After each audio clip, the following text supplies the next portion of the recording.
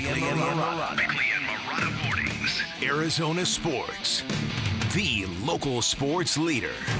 Bickley Blast.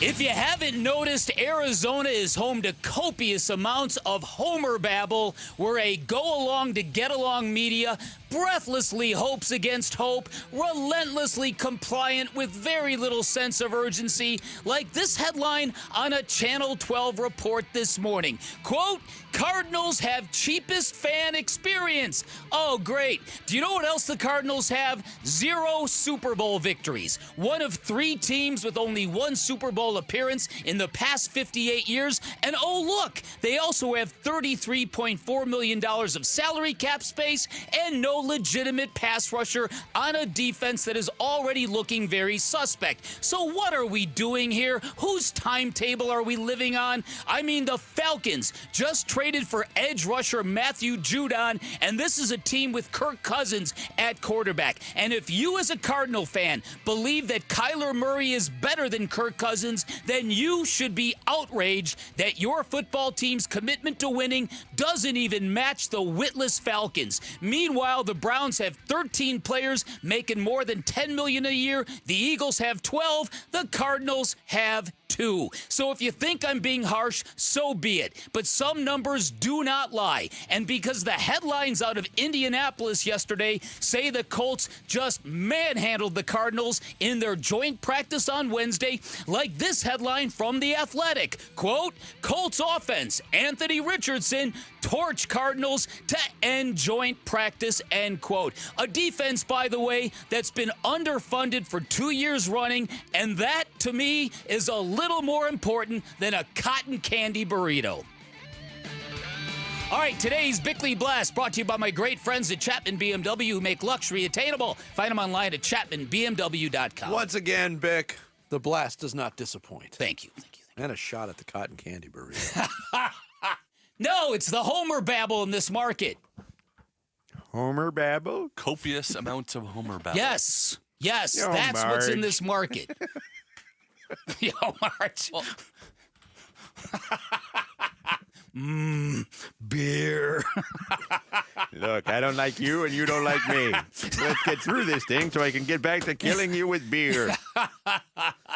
Okay, so again, forgive my anger about this, but I'm getting a little agitated by this. I really am. You brought in a guy that everyone knew could not play football, Marquise Haynes, and they kicked him out, after 2 days? They signed him on a Tuesday. I think he was waived on Friday. Okay. So The Hassan Reddick thing is out there. I know the Jets have said we're not trading him. That might be a dead-end road. But Matthew Judon was just it traded also might be a negotiating ploy. Might be a negotiating ploy. Was just traded for a third-round draft pick, and this football team, if you read the reports coming from the Colts media versus what we heard yesterday, a little bit of a difference, wouldn't you say, Vinny? Yeah, a little bit. We're going to get the truth, by the way, at 8:30. All right. Tyler Drake, who famously never lies. Yes. Famously. And from Steven Tyler Drake, by the way. Yeah, Steven Full name. Tyler Drake. But from what I have seen, it seemed like the Cardinals offense torched the Colts defense. Yeah, the secondary. And the Colts offense did the same The Colts thing to them. pass rush Yeah. shredded the Cardinals offensive line. Yeah, there were also reports that the Colts defense was in the Cardinals' backfield quite frequently. Legally or illegally? See, we don't know all the truth. We don't know all these details. You're right. Again, so I want to know that this football team is, to quote Jerry Jones, all in. And if not, I want to know why not. Or That's if, all. or if I they wanna are know all in by why Jerry not. Jones' definition. Well, because we know he doesn't know what that means. He was at Nobu Look, a couple Deion days Sanders, ago. Maybe Deion that's why. Sanders just called Jerry Jones one of the greatest owners that's ever lived. Well, there you go. There you That's go. all. What more do you need to know? But that's exactly what I was thinking is, if they don't think they can win big this year, why?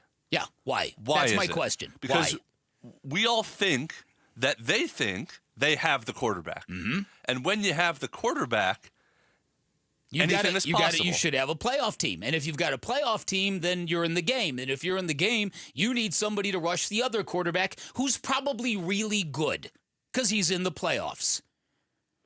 There's just there are areas that you can skimp with and again, I didn't say one word all year long about this team and their salary cap allocations.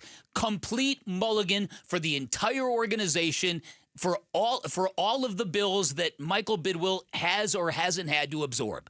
From Steve Keim to Cliff Kingsbury to whatever. Okay, you got a year. How long do you need? Well, that's the thing is I remember a conversation we had probably 6 weeks ago with Kent Summers when he joined us. And he said, first of all, it's really hard to be terrible in the NFL 3 straight years. I don't think the Cardinals are interested in being terrible. I don't think they're going to be terrible. I think this is going to be a much improved team. But the question that you're hitting at is, can this improvement be a playoff berth? And I don't think there's any reason to believe why there shouldn't be. So what's the hesitation? And I don't think we would be talking about this. I certainly don't think you would be as loud about this subject as you are right now if B.J. Ojulari didn't go down. But again, that would be reliance on a basically unproven commodity at pass rush. You have to have somebody that can get after the pass rusher. Right now, the Cardinals are crossing their fingers that somebody steps up and becomes that guy. That's right. Instead of going out, identifying that guy, and paying that guy. You keep coming back to that crossroads. Is that an indication of what the Cardinals' internal belief is on their abilities this year? Yeah, and right. if it is, that's disappointing because, let's go, 2022 was a terrible year for the Arizona Cardinals in every single way imaginable. And it was unexpected. They were a playoff team the year before. Last year was a non-successful season on the football field win-loss wise. They won 4 games. It was expected. To sell, we're still growing for 3 years, that is a tough sell. And there's a lot of optimism and a lot of excitement. Well, season tickets are sold out. There's belief right now with this team. And this is a team whose owner just told the fan base after or before the red and white practice, don't sell your tickets to other teams. Yeah. So he wants that commitment from you, the Cardinal fan. It's fair to ask for that same commitment in return. And I also think on the pass rusher subject, we can throw hey, just sign a street free agent at this time to appease everybody and hope that he's going to contribute. That's not a possibility now. The street free agents that are out there aren't going to impact winning for any team this year. Right. This is about if you're serious about it and you want to go beyond hoping that one of your guys steps up, it's got to be the trade route. And I wonder how steadfast the Jets are in their belief that they're not going to trade Hassan Reddick, or if this is just all smoke. You would think where they're at, that if you called them up and offered them something, that it would give them the ability to walk away from Hassan Reddick. How about a cotton candy burrito?